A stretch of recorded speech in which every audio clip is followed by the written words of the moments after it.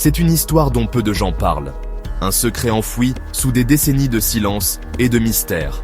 Là-bas, dans les vastes plaines gelées de l'Union soviétique, un train a roulé pendant des mois, sans destination, sans accueil, porteur d'une cargaison que personne ne voulait toucher.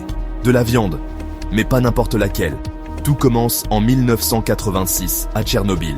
L'explosion du réacteur 4 projette dans l'air un nuage invisible, une menace silencieuse qui s'infiltre partout. Les sols, les rivières, les cultures, et bien sûr, les animaux. Les élevages soviétiques se retrouvent avec des milliers de tonnes de viande contaminée. Impossible de la vendre officiellement, inconcevable de la jeter. Alors, que faire? C'est là qu'apparaît le train. Un matin brumeux, un train frigorifique quitte une gare de province. Officiellement, il transporte une cargaison alimentaire pour approvisionner les marchés intérieurs du pays. Officieusement, il transporte des tonnes de viande marquées d'un symbole discret, presque invisible, une étiquette désignant un niveau de radiation anormalement élevé. Les premiers arrêts sont silencieux. On ouvre les wagons, on vérifie la cargaison, on s'attarde sur des rapports confidentiels. Puis, un chef de gare secoue la tête, ferme les portes et renvoie le train sur les rails. Trop dangereux. Pas ici. Alors, le train continue. Il serpente à travers l'immensité soviétique, de ville en ville, de région en région. Partout, la même réaction, refus, peur, silence. Personne ne veut assumer la responsabilité de cette viande dont le simple contact peut signer une condamnation à mort. Dans les journaux, pas un mot. Dans les bureaux du gouvernement, des dossiers sont signés, puis brûlés. Officiellement, la viande contaminée n'existe pas. Officieusement, elle roule encore, quelque part sur les rails glacés de Sibérie. Certains témoignages évoquent des dépôts où des fonctionnaires corrompus auraient tenté de revendre la cargaison au marché noir. D'autres parlent d'un convoi abandonné dans une gare fantôme, les wagons scellés, oubliés sous une épaisse couche de neige. Mais le pire, c'est peut-être une troisième option. Et si une partie de cette viande avait bel et bien été distribuée, mélangée à d'autres produits, consommée sans que personne ne sache? On raconte que dans certaines villes reculées, des gens sont tombés malades sans explication.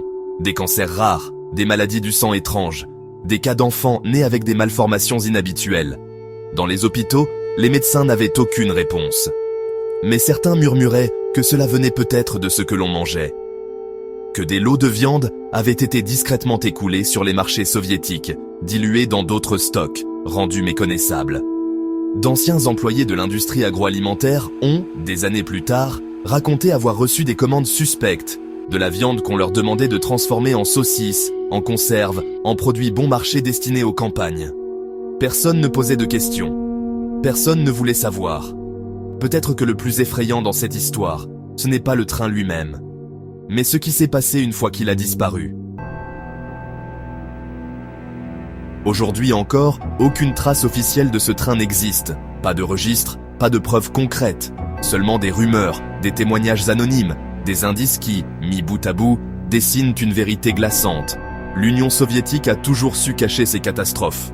Kishtim en 1957, Semipalatinsk et ses essais nucléaires clandestins. Pourquoi pas un train de viande radioactive en 1986? Ce qui est certain, c'est qu'une ombre plane toujours sur cette histoire. Peut-être que quelque part, sur une voie désaffectée, recouverte par la rouille et la poussière du temps, les restes de ce train fantôme attendent qu'un jour, quelqu'un décide de révéler enfin son existence.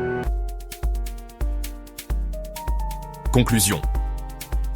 Les gouvernements sont capables de décisions inimaginables lorsqu'il s'agit de masquer une vérité dérangeante. Le train de la viande radioactive est-il un pur produit de la paranoïa post-Tchernobyl ou une réalité enterrée sous des années de mensonges? Une chose est sûre, l'histoire regorge de secrets oubliés. Et parfois, la réalité est encore plus terrifiante que la fiction.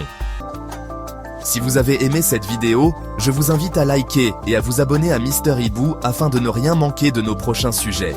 À bientôt mes petits hiboux.